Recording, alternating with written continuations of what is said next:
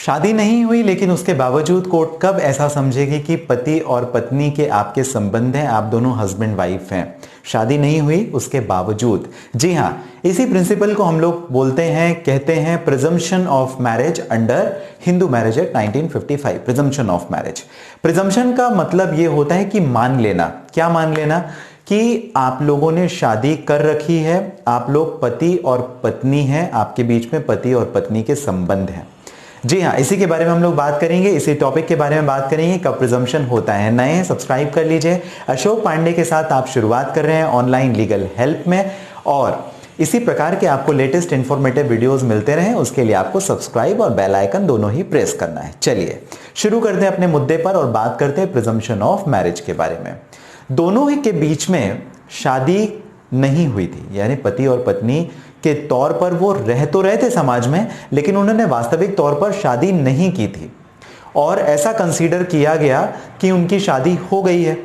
अब इसी में एक एग्जांपल मैं आपको बताऊं कि जो पत्नी की आईडी थी उसमें पति का नाम डला हुआ था। शादी नहीं हुई है लेकिन उसके बावजूद मान लीजिए आधार कार्ड है या वोटर आईडी कार्ड है या राशन कार्ड है, उसमें पत्नी का नाम डला हुआ है। कोर्ट के सामने जब प्रिज्यूम किया गया, प्रेजेंट किया गया वो डॉक्यूमेंट, जो दस्तावेज थे, तो कोर्ट ने ऐसा समझा कि नहीं, आप लोग का अभी ज्यादा समय नहीं हुआ है, तो ऐसा प्रिज्यूम नहीं किया जा सकता कि आपकी शादी हुई है।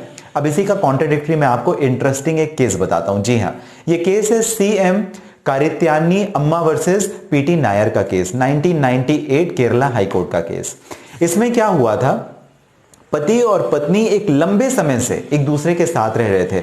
अभी जो मैंने आपको रेफरेंस बताया जहां पे आईडी डॉक्यूमेंट्स बन गए थे, छोटे टाइम पर साथ में रहे। अब यहां पर लंबा समय हो गया, 3 साल, 5 साल, 10 साल, 20 साल समय निकाल चुके हैं। जब एक लंबा समय साथ में रह लेते हैं तो इंटरेस्टिंग बात यह हो जाती है कि कोर्ट प्रिजम्पशन ऑफ मैरिज के प्रिंसिपल को कंसीडर करती है, क्योंकि जो आसपास के लोग हैं, जो अड़ोस पड़ोस में रहने वाले लोग हैं, जो आपका समाज है, वो ऐसा समझता है और ऐसा मानता है कि आप दोनों का व्यवहार समाज में पति पत्नी के तौर पर है। तो इसी को ध्यान में रखते हुए कोर्ट प्रिजम्पशन ऑफ मैरिज का प्रिंसिपल अप्लाई करती है, भले आपने शादी वास्तविक तौर पर नहीं की हो। तो इसी वजह से 1998 का केरला हाईकोर्ट का केस, इंटरेस्टिंग केस, जहां पर पति और पत्नी एक लंबे समय से एक दूसरे के साथ में रह रहे थे।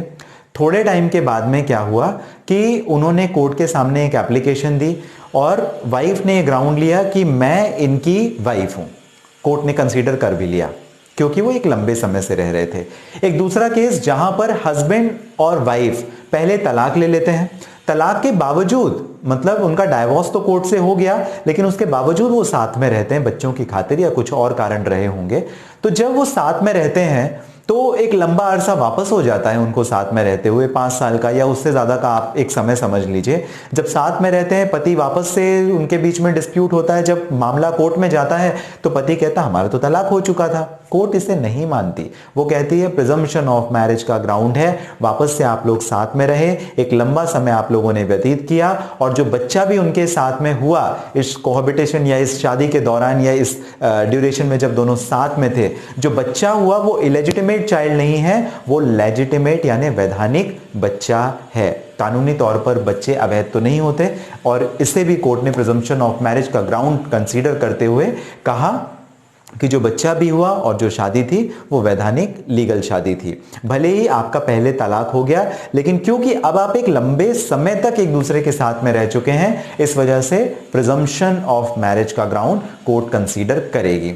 एक महत्वपूर्ण जजमेंट, बाला सुब्रमण्यम वर्सेस शुरुत्यायम का केस, AIR 1992 सुप्रीम कोर्ट, उसमें भी यही हेल्ड किया गया कि प्रिजम्पशन ऑफ मैरिज का ग्राउंड लिया गया था। आप एक लंबे समय से एक छत के नीचे रह चुके हैं और एक लंबा समय यदि हो जाता है, वास्तविक तौर पर यदि आपने शादी नहीं भी की है, उसके बावजूद ऐसा समझा जाएगा कि there is presumption of marriage principle and that principle applicable to both husband and wife.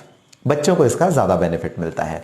आपको ये जानकारी कैसी लगी मुझे आपको कमेंट बॉक्स में मेंशन करना है। कुछ सवाल हैं आप कमेंट बॉक्स में मेंशन कर सकते हैं। किसी पर्सनल प्रॉब्लम के लिए बात करना चाहें बिल्कुल कर सकते हैं। हमारा व्हाट्सएप नंबर डिस्प्ले हो रहा होगा और इसके साथ ही इस वीडियो के डिस्क्रिप्शन में लिंक है जहां से आप अपॉइंटमेंट बुक करके भी बात कर सकते हैं। ऑनलाइन लीगल हेल्प आपका अपना चैनल, सब्सक्राइब जरूर करें।